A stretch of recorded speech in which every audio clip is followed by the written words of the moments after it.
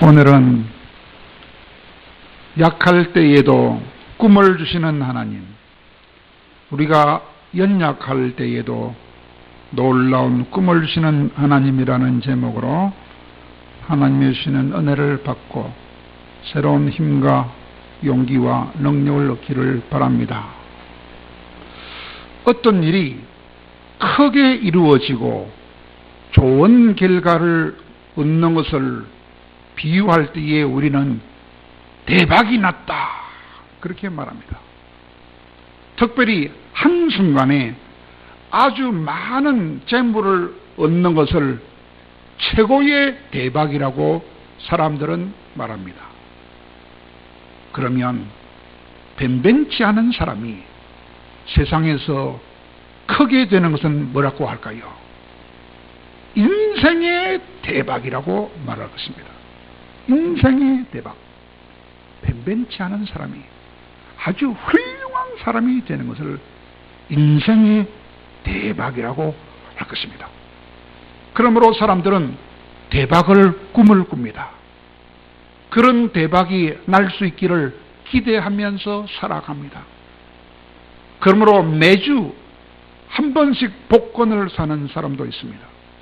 그것을 로또 대박이라고 한다 합니다. 또 어떤 사람들은 부동산 투기에 열중하기도 합니다. 그리고 카지노나 갱마에 푹 빠지는 사람들도 있습니다.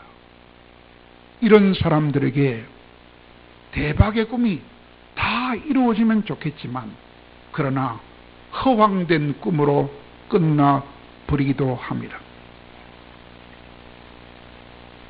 대박이 아니라 세상말로 쪽박을 차는 경우도 허다한 것입니다. 그것이 인생이라 할 것입니다. 그러나 대박이 난 인생들도 전혀 없는 것은 아닙니다. 그러므로 사람들은 계속해서 대박을 추구하게 됩니다. 여러분은 로또 한 번 안 사봤습니까? 나는 안 사봤어요. 나는 그런 가능성이 없는 사람이니까, 세상에 기대를 안 거는 사람이니까 안 사봤습니다.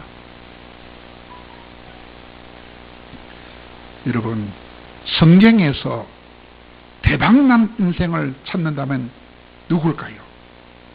누가 가장 대박난 인생을 살았을까요?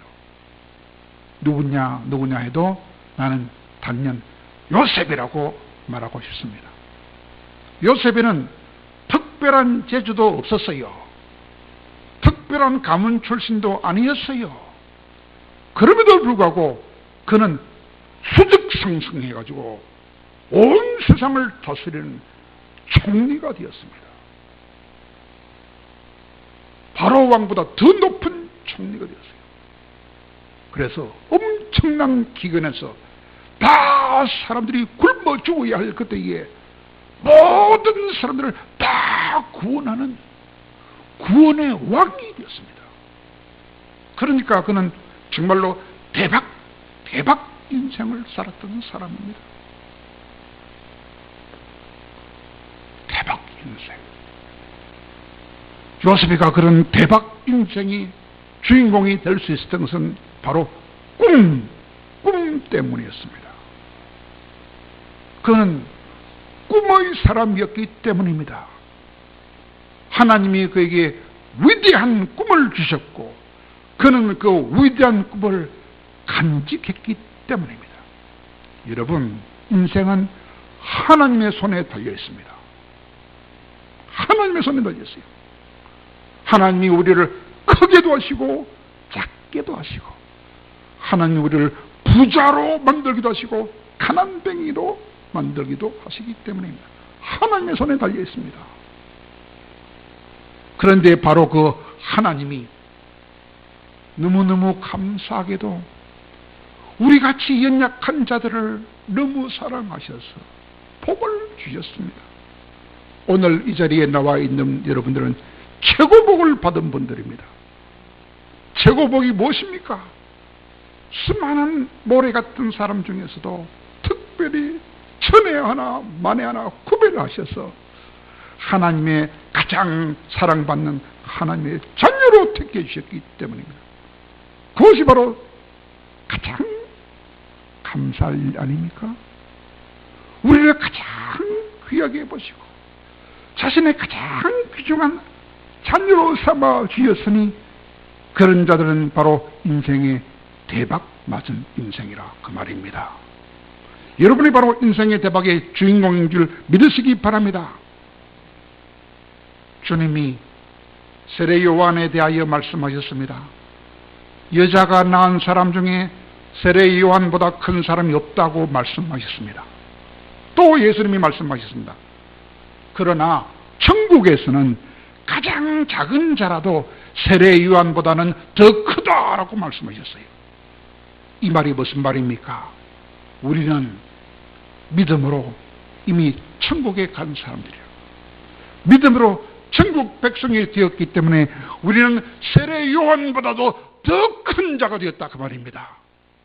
그러므로 우리는 다 인생 대박의 주인공이 됐다는 사실을 믿으시고 기뻐할 수 있기를 바랍니다. 요셉이가 그렇게 위대한 인생 대박을 살았던 것은 전적으로 하나님이 하신 일입니다. 꿈을 주시고 그 꿈을 하나님이 이루어 주셨기 때문입니다. 그러므로 꿈을 갖고 사는 것이 얼마나 중요한지 모릅니다. 여러분 꿈을 가지시기 바랍니다.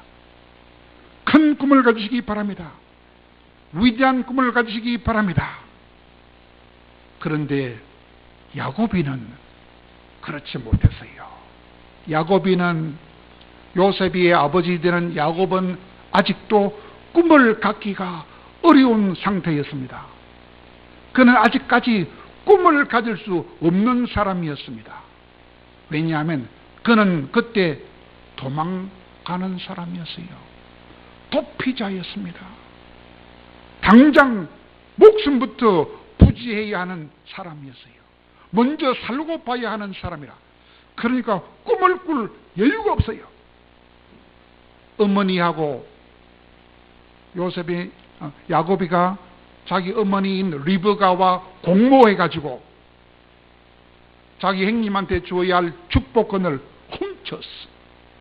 그 훔친 것이 탈로가 나가지고 그 동생을 죽이려고 하는 그 형님을 피해서 지금 그러면 날 살려라 하며 도망가는 판이니까 꿈을 꿀 여지가 없었습니다. 그러므로 고향인 부엘세바를 떠나서 멀리 하란에 있는 외갓집으로 향하여 도망을 가고 있는 그런 처지였기 때문에 그는 아직까지 좋은 꿈을 꿀 수 있는 여유가 없었습니다. 그러므로 먼 내일에 대한 꿈과 희망은 고사하고 지금 당장 오늘이 걱정이 되는 그런 상황이었습니다.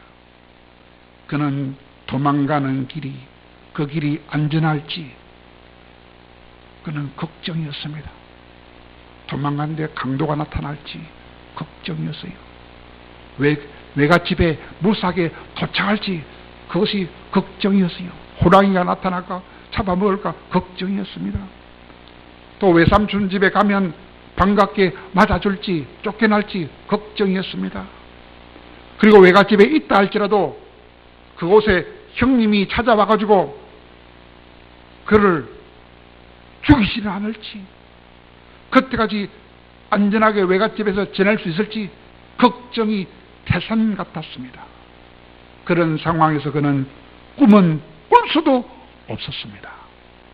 그러므로 야곱은 아주 어두운 마음을 가지고 아주 두려운 마음을 가지고 외갓집을 향하여 가다가 가지 못하고 도중에 해가 져버리고 말았습니다.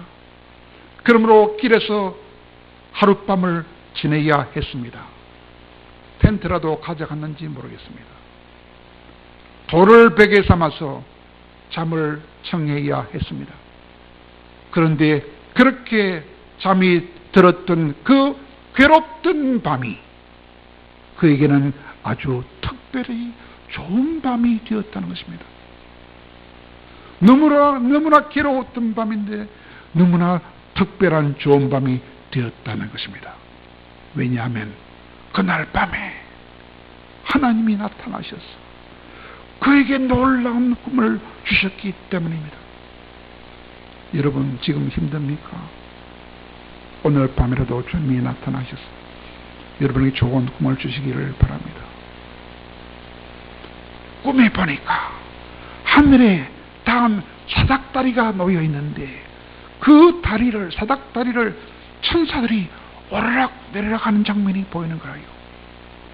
그러더니 하나님께서 저 사닥다리 저 위쪽 끝에 나타나셔서 다리 위에 서셔서 그에게 말씀하시는 것이 아닙니까? 얼마나 특별한 밤입니까? 얼마나 특별한 꿈입니까? 하나님이 야곱에게 꿈을 통해서 말씀해 주시는 귀한 밤이었습니다. 얼마나 행복한 밤이었습니까? 얼마나 행복한 꿈이었습니까? 얼마나 가슴이 떨리고 얼마나 황홀한 꿈이며 황홀한 밤이었습니까? 하나님을 뵙다니, 또 하나님께서 이러시는 말씀을 들었다니, 그보다 더 큰 기쁨의 밤이 있을 수 있었겠습니까? 여러분, 그날 밤에 하나님이 주신 꿈의 내용은 무엇일까요? 야곱을 얼마나 기쁘게 하는 그런 내용의 말씀을 주셨을까요? 한 가지도 아니고 세 가지나 되는 아주 귀중한 약속을 하나님께서 그에게 주셨습니다. 어떤 약속하셨습니까? 먼저 땅을 약속해 주셨습니다. 본문 13절에 보니까 네가 누워있는 땅을 내가 너와 내 자손에게 주리라. 땅을 주겠다고 약속하셨습니다. 땅 한 평이 없었던 야곱한테 땅을 주겠다고 하는 거예요. 가나안 땅 전체를 다 주겠다는 것입니다. 가나안 땅 전체면 우리나라 땅 전체를 다 준다는 소리예요. 바로 급상승하는 것입니다. 갑부 중에 그보다 더 큰 갑부는 없어요. 최고 갑부가 되게 해줍니다. 두 번째는 자손을 약속해 주셨습니다. 14절에 보니까 내 자손이 땅에 티끌같이 되리라. 여러분, 땅에 티끌이 얼마나 많습니까? 셀 수 없잖아요. 총각인 그 야곱한테 장차 네 후손이 땅에 티끌보다 더 많게 해주겠다. 엄청난 약속이지요. 뿐만 아니라 함께 해주겠다고 약속했습니다. 세상 끝날까지 함께 해주겠다. 본문 15절에 보니까 내가 너와 함께 있어 내가 어디로 가든지 너와 함께하며 너를 지키며 너를 인도하여 주겠다. 그렇게 약속하셨습니다. 그런데 그 엄청난 꿈을 주신 목적이 무엇이었을까요? 네 혼자 잘 먹고 잘 살아라? 아닙니다. 그 꿈을 주신 목적이 무엇입니까?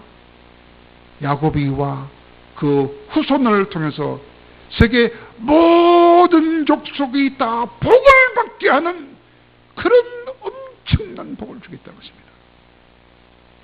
본문 14절에 보니까 내 자손이 땅의 티끌같이 되어 내가 서쪽과 동쪽과 북쪽과 남쪽으로 퍼져나갈 것이며 땅의 모든 족속이 너와 내 자손으로 말미암아 복을 받으리라. 누가 복을 받아?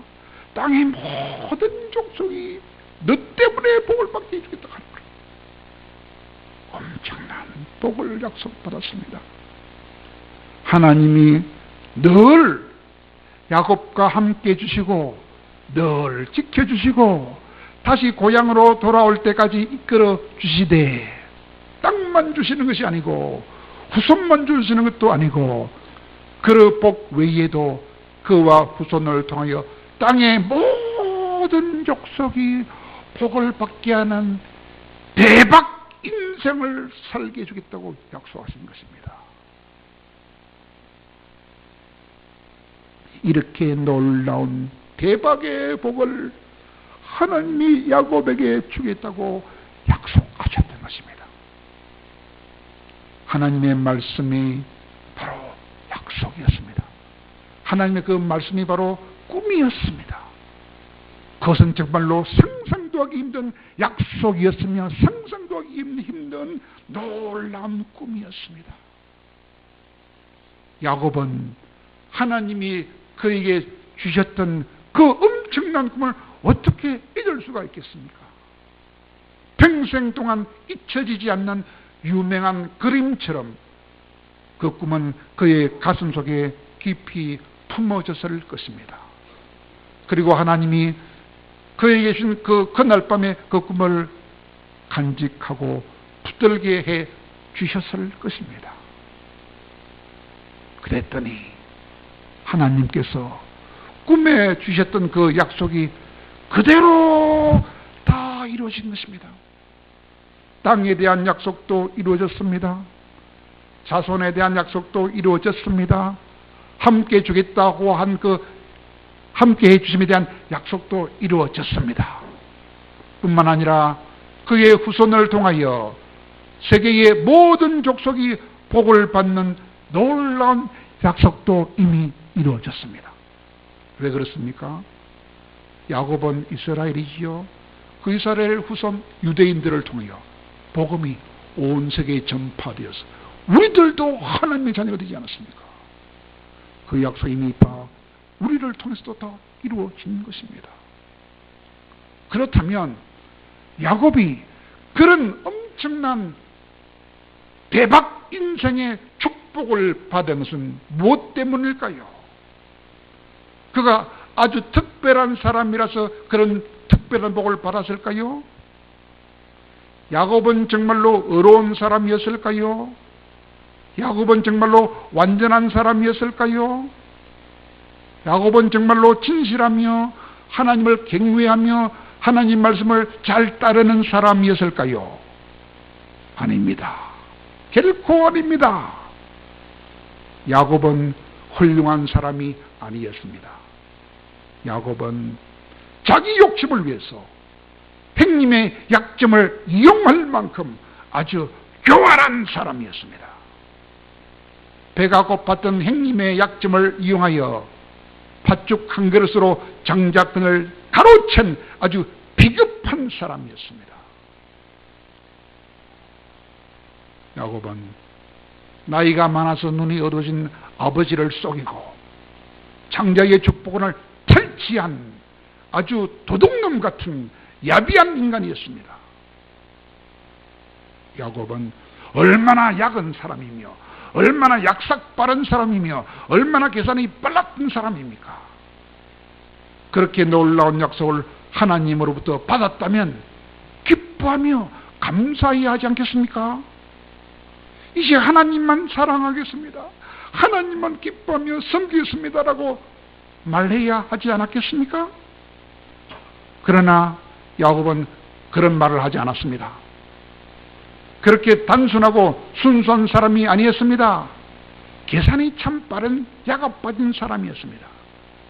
그러므로 그가 베개로 삼았던 돌을 기둥으로 세우고 기름을 붓고 구별하여 하나님이 주신 꿈을 기념은 했지만 그러나 그것은 정말로 감사를 드리는 감사의 제사는 아니었다는 것입니다. 왜냐하면 본문 20절과 22절에 보면 이렇게 기록했기 때문입니다. 하나님이 나와 함께 계셔서 나를 지켜주심으로 고향으로 돌아오게 해 주신다면, 이 조건을 달았어요.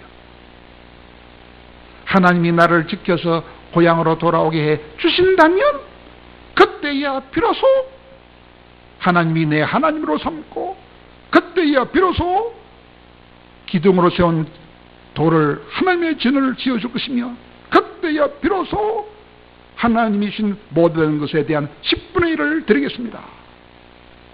이 조건을 들어서요. 이 말은 무슨 말입니까? 그리 안 해주면 하나님 안 섬기겠습니다, 이 말입니다.